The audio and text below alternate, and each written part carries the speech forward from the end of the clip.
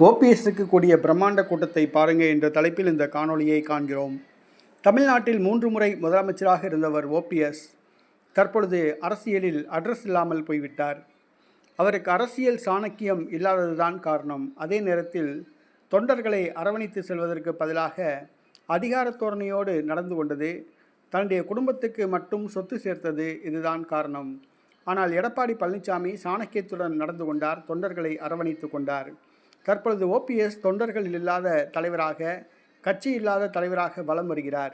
நேற்றைய தினம் பசும்பொன் முத்துராமலிங்க தேவருக்கு அஞ்சலி செலுத்துவதற்காக பசும்பொன் கிராமத்திற்கு சென்றார் ஓபிஎஸ். அவரை வரவேற்க ஏறத்தாழ ஒரு 2000க்கும் அதிகமானவோர் கூடியிருந்தனர்.